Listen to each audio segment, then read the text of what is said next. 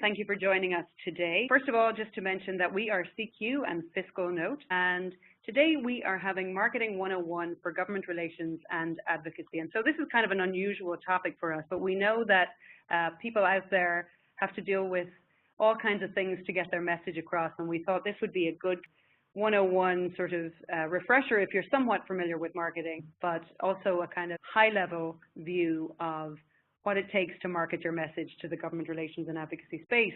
And I say high level, and I'm going to tell a story. So when I started in marketing, some of my colleagues had all these acronyms and names, and for the first week or so, they were dropping these acronyms, and I had no idea what they were talking about. And one of the things they would say all the time was high level. And I said one day, what do you mean when you say high level? And they said, oh, you know, like the 50,000-foot view. And I thought, well, what does that mean? So basically, when I'm saying high level, what I'm talking about is a very broad, not in the weeds and not detailed look at marketing and the kind of tools that you would need to get your message across there and get kind of your communications out. So I'm going to introduce first my colleagues, and these really are my colleagues. So I sit beside these guys every day, and they're great at what they do, and they live and breathe marketing, so they've got some great insights for you today. First of all, we've got Maciej Godlewski, and Maciej is the digital marketing manager here at CQ and also, of course, now Fiscal Note. And he's responsible for inbound lead generation through SEO and paid advertising. And we're going to talk, of course, about what those things actually are. And we've also got Malik Zafar. Malik is the digital marketing manager also here at CQ and Fiscal Note, and he's responsible for demand generation and inbound lead generation. And again, those might be things that you don't know what they are, but he will fill us in on all that good stuff. So before we kick off with Maciej, I did want to put down sort of some of the things that we had on the blurbs about what these acronyms are. So, you know, what's with all the acronyms? And these are kind of business and marketing acronyms, but they do apply to advocacy and government relations too. And what I would ask you to kind of bear in mind throughout this presentation is that even if we're speaking about it in a kind of a marketing way or a business-related way, all of these tips and tricks can be turned into your own advocacy and government relations programs. So we're not kind of getting too far away from the source, hopefully, of what's important to you. So first of all, ROI, which is return on investment. And that's basically just benefit divided by the cost. And what that means is, say in a legislative campaign or an advocacy campaign, you know, how many kind of man or woman hours have you put into something based on what the outcome was? So say, for example, there's a small piece of legislation you're fighting in the States, but you've put your whole team on it for several months. Well, then you might decide, even if the legislation went in the direction you were hoping, that it wasn't worth the return on investment. And so the next time you might find that that's not something you want to do. So that's what ROI means. CPC, which is cost per click, and that's basically the amount you pay for each click on your ads. KPI is not that dissimilar from ROI, but a little different. So these are key performance indicators. Again, a very familiar kind of term in business terms, but it's basically a measure of how effectively you're reaching your goals. And so in a business setting, often what folks will do is they'll set up sort of monthly maybe or quarterly reviews of what their goals were and see how those are kind of measuring up to what they had hoped. Again, in a kind of maybe in an advocacy campaign, you might want to stop, you know, a week or two in, see how many, maybe if it's something where you're trying to mobilize advocates, you might want to see if X amount of letters had gotten sent, you know, how many tweets sort of, and maybe re-strategize or rethink kind of how you're doing things based on how your key performance indicators are performing. SEO, which is search engine optimization, and CTR, which is your click-through rate. I'm going to leave both of those to Maciej and Malik because that's their specialty. And Maciej, I know, is going to go into great depth. Well, not great depth, but he's going to give us a great overview of what SEO is and how you might use that in your own planning. So I will turn it over right now to Maciej. Thank you so much, Anne, and I'm excited to be here today. So Anne just went through an alphabet soup of all the different terms, and SEO is one of them. But basically, don't let that scare you. I know a lot of people throw around the word SEO or SEM and other keywords too, but I mean, the main goal of what this search engine optimization is about is how do you get people, advocates, or anyone else you want to attract to your website. That's the main goal of getting there. And the way that these days we actually do it is through search engines. So we all go online, and you can see there's a stat right there on how many people check their mobile phone or smartphone before even getting out of bed. I mean, I know I do as well. So a lot of people are searching for things online, with Google being the biggest search engine out there. Of course, in the U.S., but also worldwide, you actually see about 3.5 billion daily searches on Google. So for SEO, it's all about how do you get your website to show up in the search results. The nice thing about SEO is that it is free. So it's all about how relevant is your website, is a specific page on your website, how relevant is it to someone who is searching for using a keyword. So that is the big part of, that's the theory behind SEO. And if we go on to the next slide, you can see this is a funnel. In marketing, we talk about a marketing funnel or sales funnel. And the main idea is that you want to be very broad at the very top, and over a period of time, get people to go further and further down. So the main goal of this image is to show you that SEO can be applied through any part of the funnel.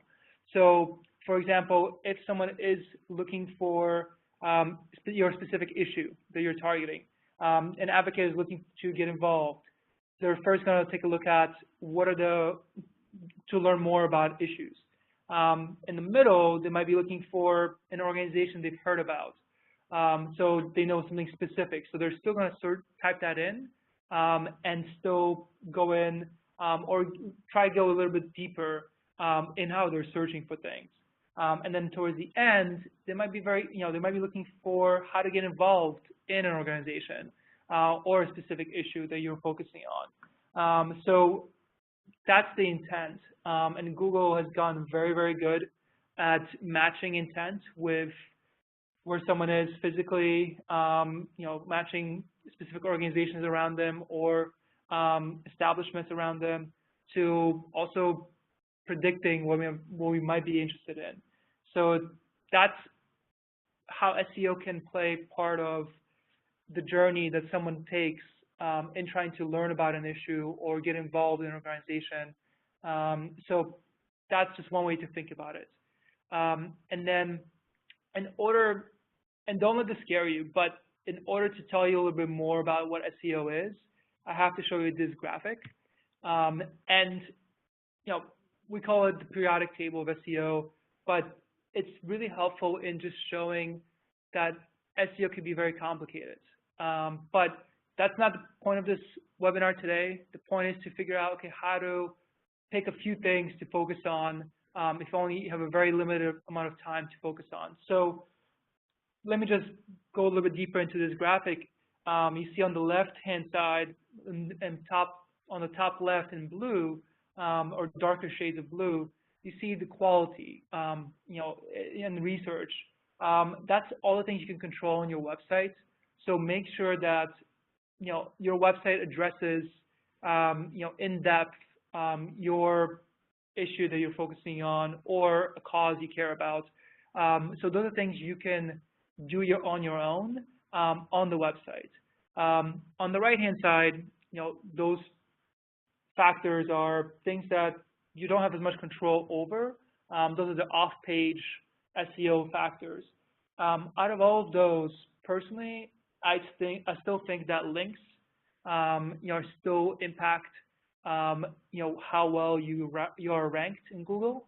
Google started off, back in the garage, early days, just using links as votes. So a website has X number of votes, credibility that it can pass on to others. and the way they did it was through links. And that still to this day is one of the strongest ways to rank websites on Google. And so I would definitely focus on the quality. It's not about getting a million links. That's not it. But it's all about getting relevant links to your cause, your association, your organization that are relevant and high quality. So just focusing on those two things, quality of content and quality of links, will make you set up well to do really well in SEO. If you're interested in looking at this chart more or dissecting a little bit more, you can go on to this URL. It's a very reputable website that talks about a lot of SEO things and search engine marketing or paid advertising things as well. So to think about what's coming down the road, so very, as Anne mentioned, high level, I would still say that backlinks, the links that's coming into your website, they do matter and they will still matter. That's because, Google's getting getting smarter and smarter detecting, bad links or people trying to abuse the system, but they're still using links to determine how relevant a website is on a specific topic and how credible it is. Also, these days, mobile, so it's very, very important. Actually, recently, this year, even Google is trying to actually, in its regular search results, show or have an impact or show how a website might load on mobile and actually let that influence the regular search results. So basically, all this means is that making sure that your website is mobile friendly, people can access it on their mobile phones, and it's also very fast. Because if a website takes 1 or 2 seconds to load, especially on a mobile phone, if it takes longer than that, people are more likely to lose interest or not have patience with you.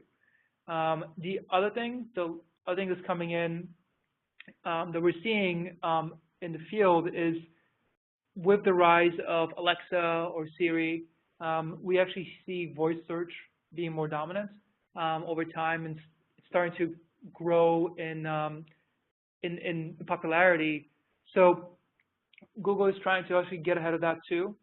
So I would actually advise, taking a look at something, actually marking up your website with specific, specific pretty much notes for Google so it knows what the content is about. And here is an example of something called a rich snippet. So it's a little more in the weeds, but it's a good example of search results and how spending some time on figuring out what is a rich snippet, how to use it on your website. You can see the difference between, in this example, it's a example of a recipe.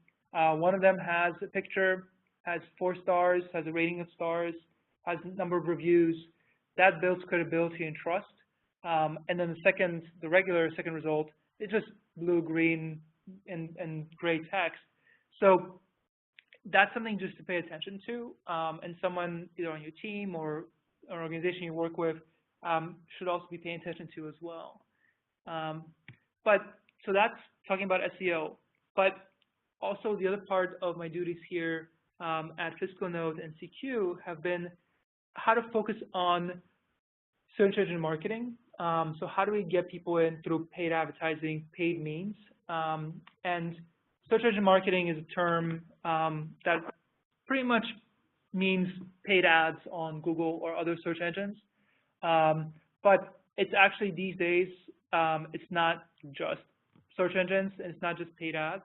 As you can see, this is a little bit humor, but we as marketers, we're trying to get people's attention for either the issues that we care about or organizations. And these days, a lot of it is interrupting people in how they're actually using the internet. But the goal is for advertising is to serve the right message to the right person at the right time, and that just it helps to take that into context. For example, here's a stat from a company called WordStream that basically tells you that if someone is in their buying journey of a product, they're more likely to click on an ad because that's probably just very specific to what they're searching for, and they know that by clicking on an ad, they can get to the result that they want quicker. The other thing is, on Google has been, over the years, getting better and better about blending in the ads with the regular search results. So it might be hard to even tell. So that's just something to consider as well.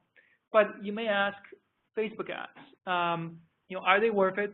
I know your probably organization, you may hear people talking about it. Personally, I would say a lot of it depends on who you're trying to attract. If it's an advocate or advocates online, you're trying to show them specific ads, that might work great, might get their attention. If it's, for example, the business crowd or the professional crowd, LinkedIn might be a better option to show those ads. No matter what you do, make sure you're measuring results. And I'll talk about that later. But about Facebook ads, actually, Anne has something to say. Yeah, so I think what we've seen sort of in the back end, particularly with organizations that are issue-led, so, organizations like, when I'm talking about an issue-led organization, someone like Habitat for Humanity or the Humane Society of the United States, or a lot of animal rescue kind of organizations, they've been very successful with their ads on Facebook for campaigns, because I think it really comes down to this idea that if you're going on Facebook, it's generally for personal reasons. If you're going on LinkedIn, it's for professional reasons. So trade associations, organizations that are very kind of professionally led may have more success with their ads on LinkedIn. And if it's sort of something that can kind of tug at the heartstrings or has a more personal kind of slant to it, then you're probably better off putting your ads or at least trying it out kind of on Facebook. So I'd kind of make that distinction between the personal and the professional. So that's something to think about, kind of, your own demographics, of course, better than anybody else. So, but that's something to think about if you're kind of trying to recruit advocates, particularly for a campaign on social media. Right. And also, just one last thing about Facebook ads is keep in mind that people are on Facebook to connect with their friends, to check out pictures. So you have to be conscious that you're interrupting them in some way. You're trying to grab their attention, but it's all about showing a captivating message, that's interesting, that fits them.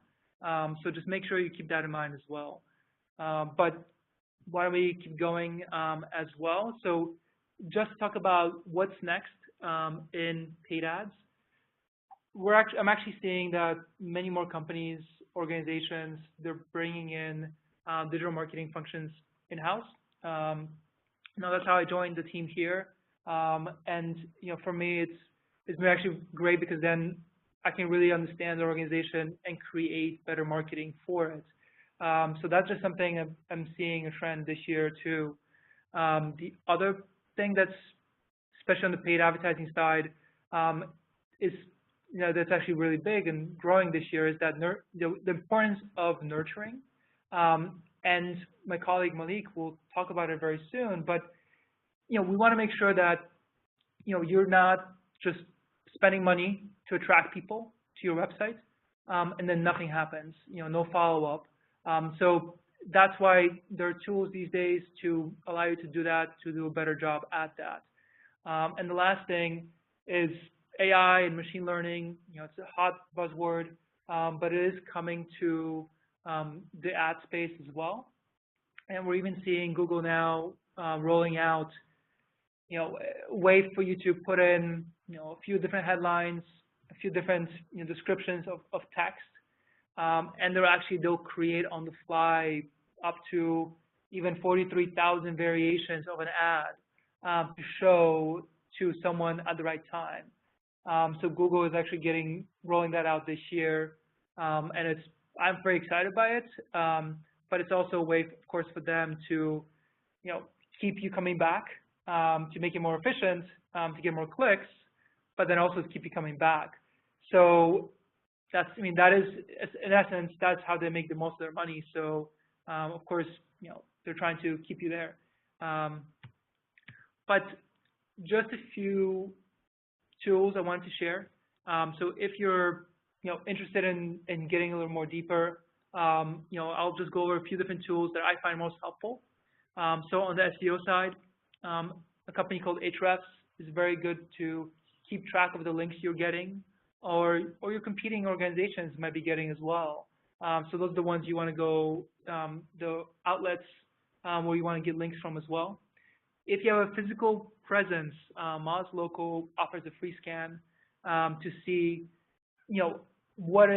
how your location comes up in different directories. On the SEO side, SEM side, we talked about Google Ads as a big one. For Bing, Bing ads are also interesting if you're targeting, for example, try and get ads in front of the government or organizations. I say that because many times these days, those organizations are still using PCs, which probably come installed with Internet Explorer. So that's something just to consider. And Internet Explorer, Bing actually is default in there as well as a search engine. The other thing is Facebook ads and LinkedIn advertising, which we talked about a little bit already. Also, diagnostics. One of my favorite tools is Google Analytics. It's free. Any website can get it. It's all about what happens to people after they get to your website. I would definitely pay attention to that and see how you can improve their experience on your website. And then, very lastly, Google Search Console. If you want to get more in the weeds, it's a little more technical, but it's a good way to see how Google sees your website, or even you can, even send a message trying to get something changed through there. So, on my end, the last slide is, if you only have 30 minutes a day, what should you do? I personally think that a lot of it comes down to priorities. So whether, what should you be focusing on search or search engine optimization or paid advertising?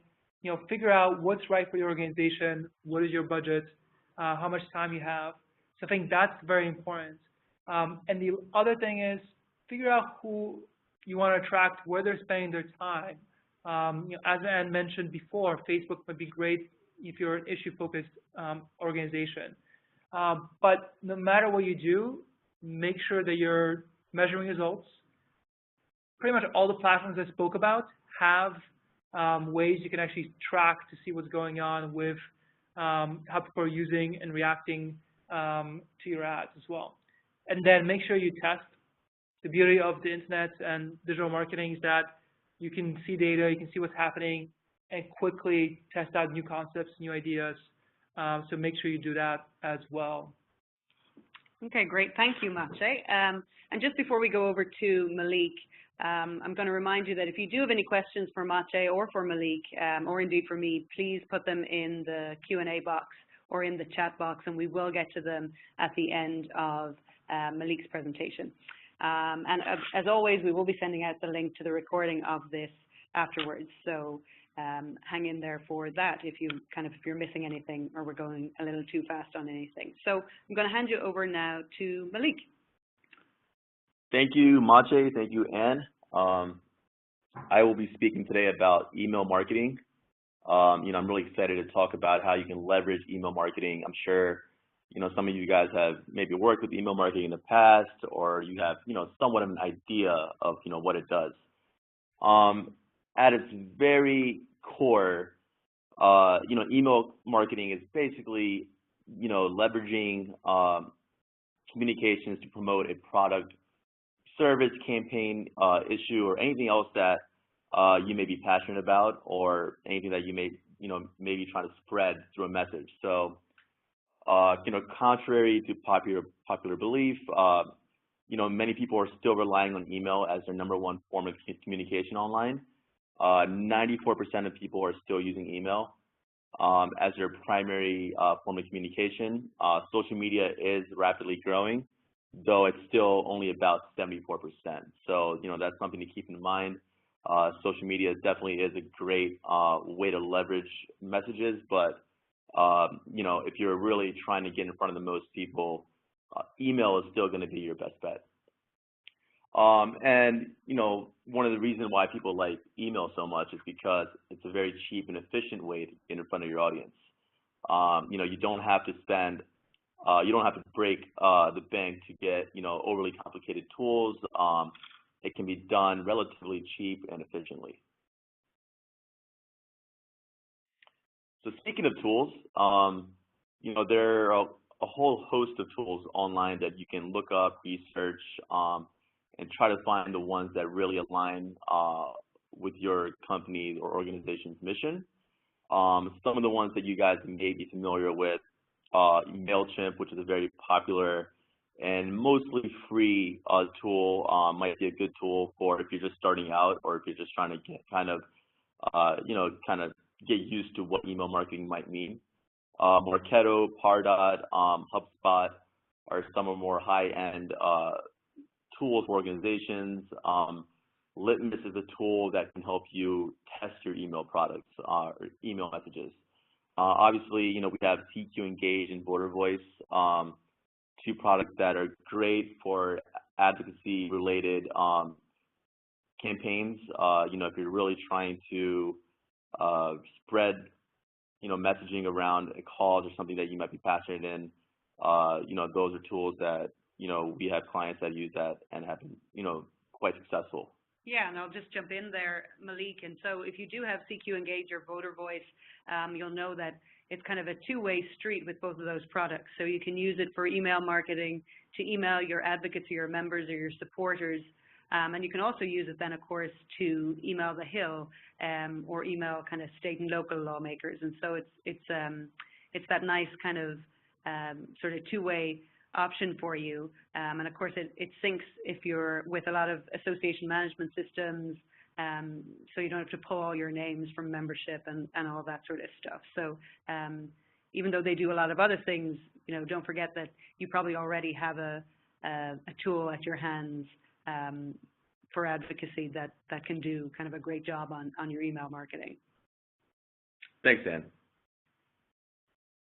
So, people ask, is email marketing still relevant? And the short answer is yes.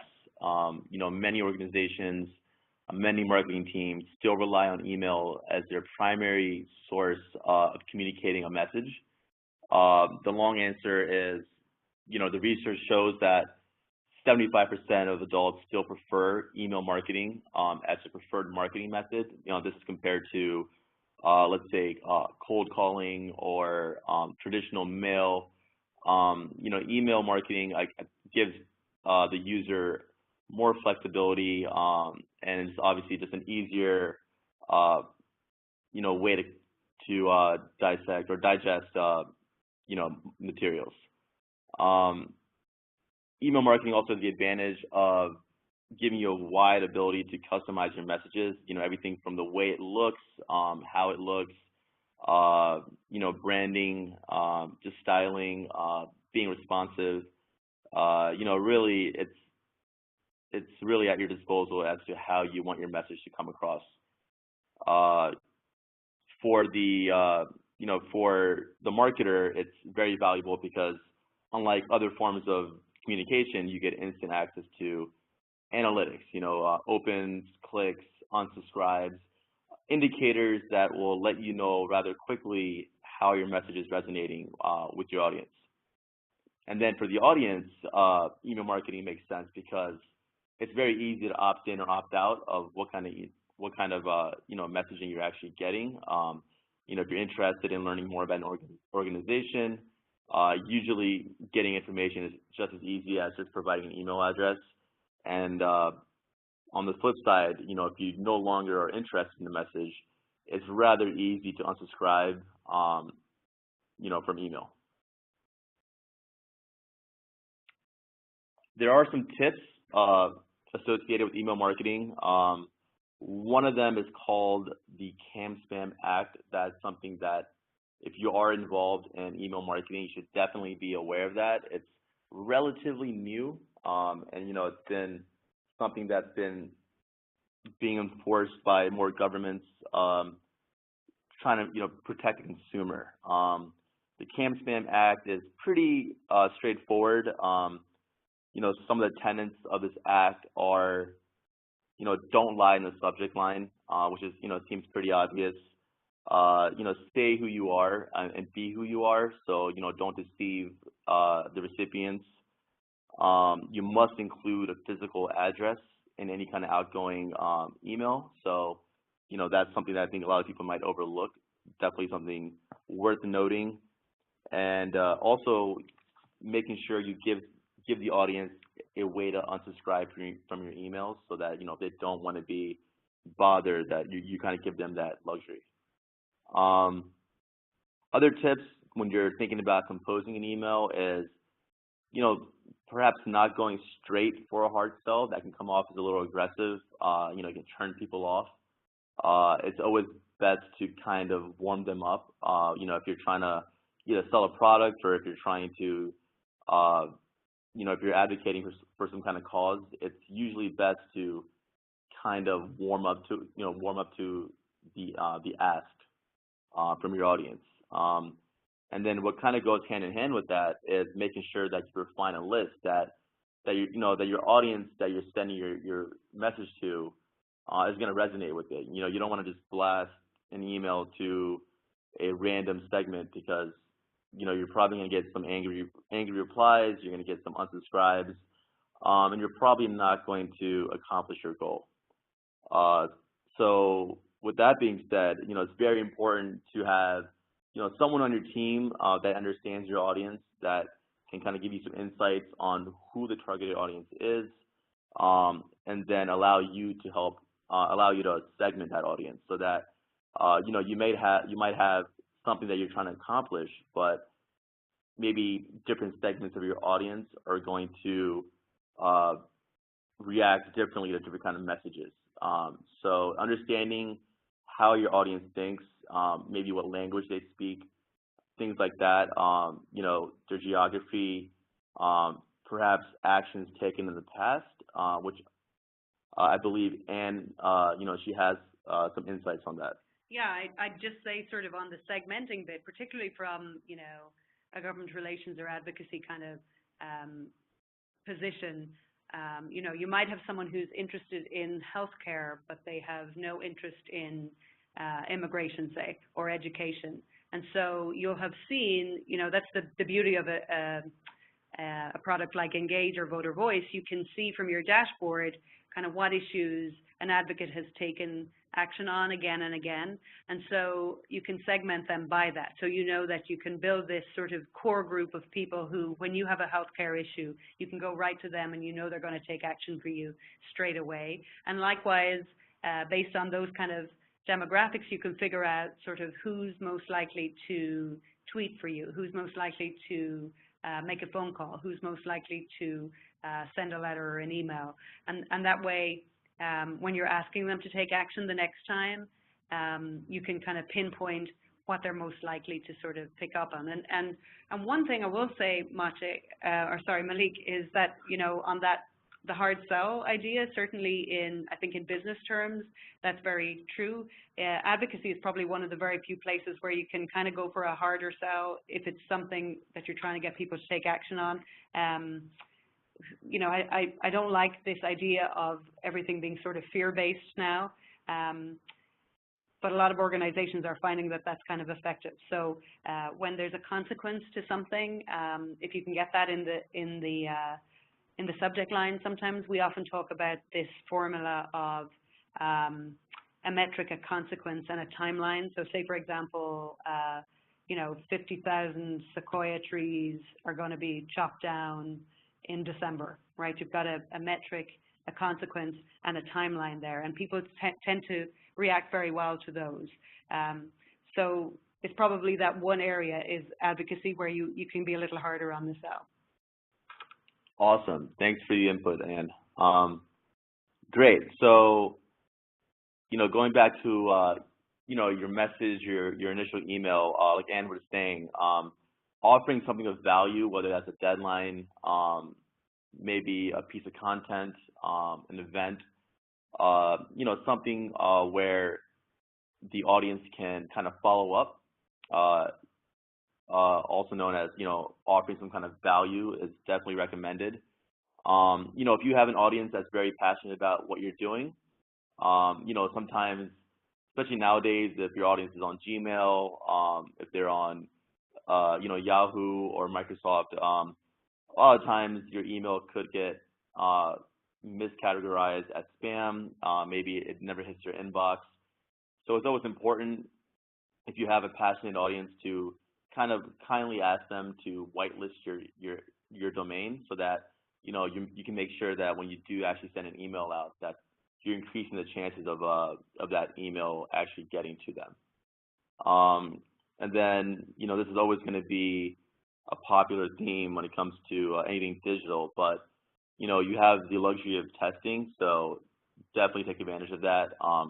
Test, because once an email is out, it's definitely out there, and there's no taking it back. So if you have the luxury of time, make sure that you're testing your email, that you're using a tool like Litmus to kind of see how is your email going to populate in different browsers, on different devices. Is it responsive? Is it something that is that your audience can even download or read?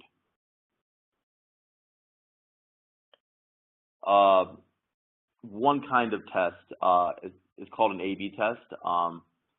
This is something that some of, if you're in the email marketing world, you might already be familiar with this. It's definitely effective when you're trying to decide how to get your message across based on different metrics like open rates and click rates. A very common A/B test, a very simple one, and good for new users, is definitely the subject line test. Essentially, that's just taking two emails that are identical in the body and just alternating or switching the subject lines on both the emails.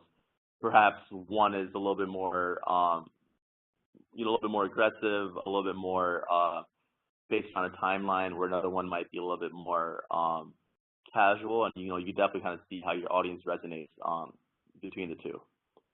And then you also want to make sure that your A/B testing.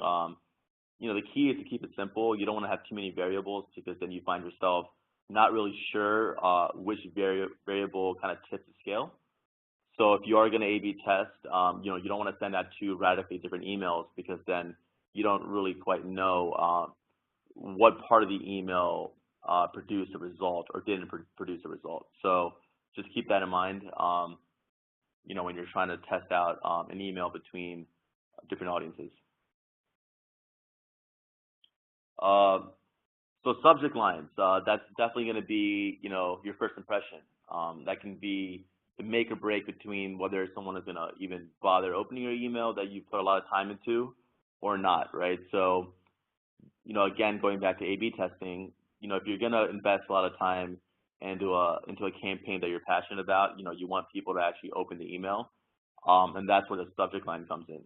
You want to make sure that a subject line is captivating, but that is also spelling out a purpose. And it can be a little challenging, especially when the recommended number of characters for a subject line should be 50 characters or less.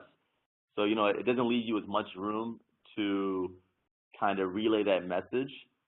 However, there is some accompanying text called the pre-header text. So that's the text that will come right after the subject line in your email. It may not actually even be visible in the actual body, but it's usually hidden pre-header text that is available or legible when you're actually looking at the preview of an email. So you're able to kind of add a little bit more information. So for example, if you're sending out an email about an upcoming event, the subject line might explain what the event is, and then the pre-header text might have the date and time when that event is taking place. So right off the bat, without the user or having to even click into the email, you already provided them with a lot of valuable information.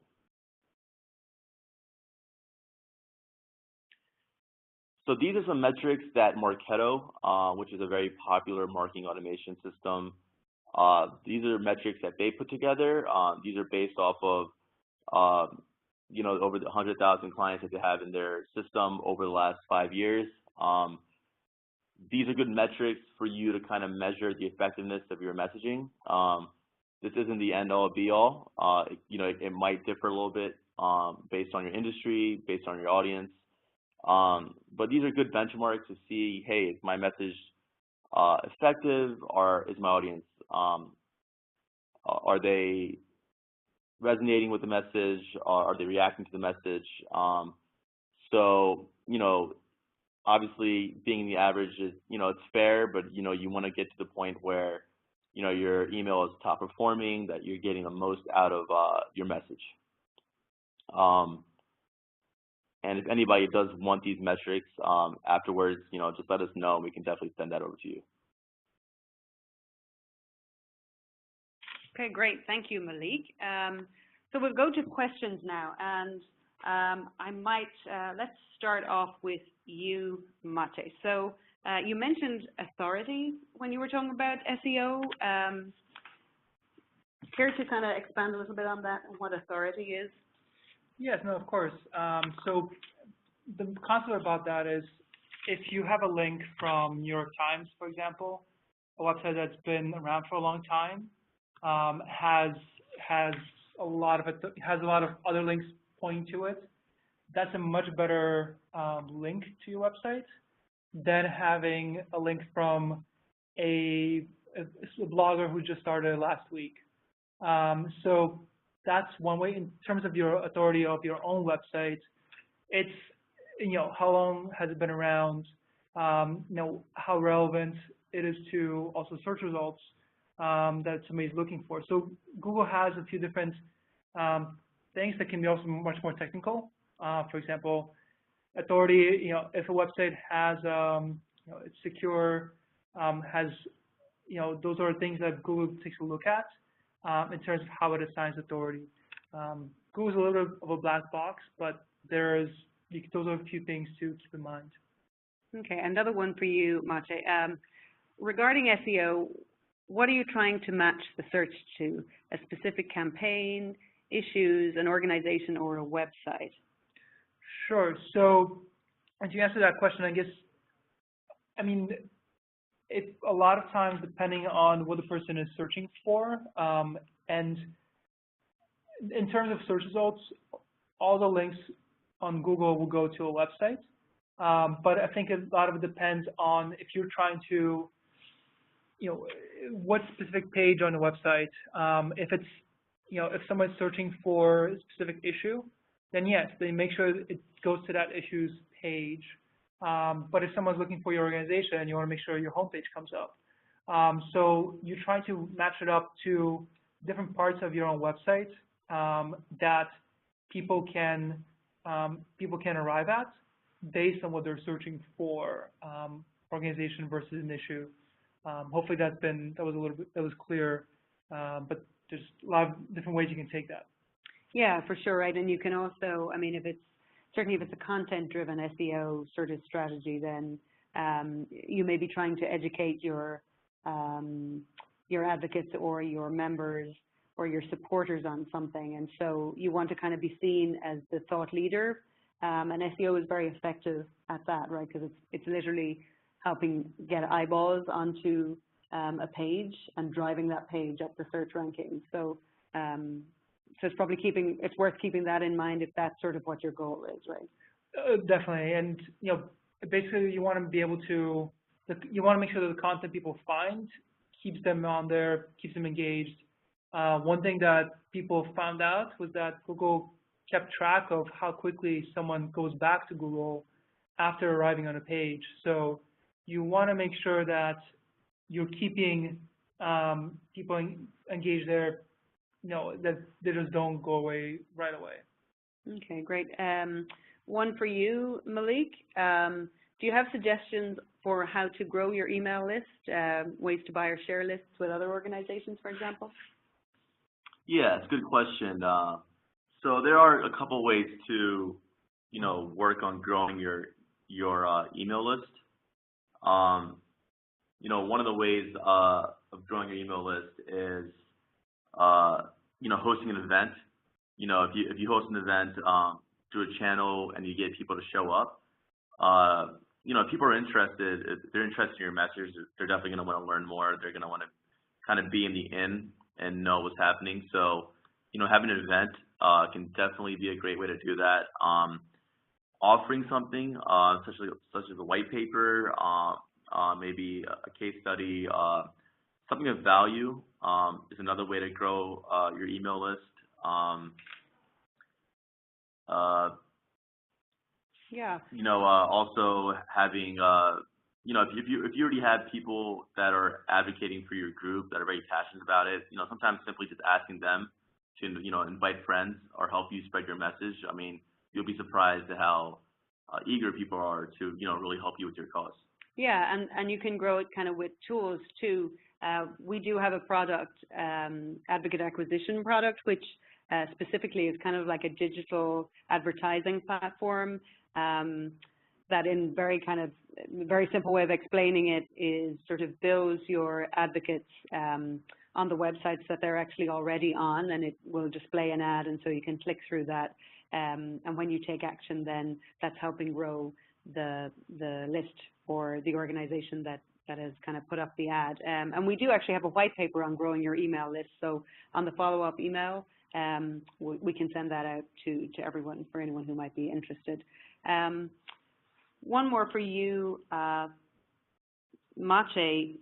You mentioned that backlinks are still kind of a big deal in SEO and probably not going anywhere for the at least foreseeable future. Any kind of tips on how to get those backlinks, or what sort of good practice, or is there a certain critical mass in terms of number? Sure, of course. So one of the tools that I mentioned, Ahrefs, allows you to take a look at what backlinks you currently have to your website. But my favorite way, and inside baseball, I guess, tactic is to take a look at what competing organizations you're competing with, or causes. Check out their websites and run them through the same tool to see who links to them. So honestly, that's one of the better ways, because then you can also sort by how strong a website, how strong a link is. So that is one way to do it. Another potential way of getting good quality links is, as Anne mentioned, is to put out good quality content, and then telling, for example, partners or other people who are maybe mentioned in the content, tell them about it, because they're more likely to link to it or mention it in social media, which will point people back to your website. And that's kind of a good segue into the next question. So, do broken links negatively impact your site's authority or ranking? So, good question. And also, I see that, so the website I mentioned was Ahrefs, ahrefs.com, I believe. And you can just Google it to see, I believe it's .com, but it's a good thing. But broken links, so I guess depending on what you mean by broken link, if it's a link that someone linked to back in the day and no longer works on their site, then yes, then Google can get to your website. Then yes, that is, you pretty much lost that link because it's not pointing to your website anymore. If, for example, a lot of times I see people, or websites have old pages that a lot of people have linked to, but then they moved something, the website has changed something. So your website, for example, might have a 404 page. So you might be getting traffic to a page that is broken. It's a 404 page. So yes, that does, and Google does see that, because it does hurt you, because people are going to go away very quickly because they didn't find something that you were looking for. So those two things, two ways of looking at a broken link. I would say, yes, they do hurt you, but it's, so it's all about what experience you want to to create for the user who's searching for something. Okay, great. And then last question, somebody did ask actually if we could show the metrics slide again. And as I mentioned earlier, we're going to send this out to everyone, so don't panic. You will get that slide as part of the entire presentation. So one last question to Malik. I think you mentioned cleaning your list or having a clean list. What does that mean, and sort of any tips for cleaning it? Yeah, so, a clean list, the definition is going to vary slightly from organization to organization, but basically it means, having a audience that, a relevant audience, an audience that, actually cares about your message, versus, buying a list of 10,000 people and just kind of hoping that your message kind of sticks with somebody. So, there are ways to clean a list. Some of that includes nurturing, sending nurturing content out to your list. So, this kind of goes back to kind of warming up your audience a little bit sometimes. If you have a message that is going to resonate with your audience, you should be able to tell, over time, the people that are interacting with your content, they're clicking on your emails, they're maybe downloading and offering, those people are going to stick out over time. Actually, rather quickly, are going to let you know that, they actually care about the message. And then there's ways where your audience can kind of let you know that they don't. That might be something as simple as just unsubscribing. So sometimes your audience will help you kind of clean the message, the list for you by, unsubscribing. Other times, you can kind of look at your audience and you can say, these are the people that matter to me based off, your geography. If you're have a message that might resonate a little bit more with the DMV area, but then you have maybe some people on the list that kind of got in there from like California. That's one good way to start cleaning up your list. And the ultimate goal is just to kind of have an audience that's relevant, that's going to help you, accomplish your goal as efficiently as possible. Okay, great. Thank you, Malik. And thanks again to Maciej and to Malik. That's about all we have time for today. Thanks to everyone who joined us. And stay tuned. We'll have another webinar very soon. Have a great day, everyone.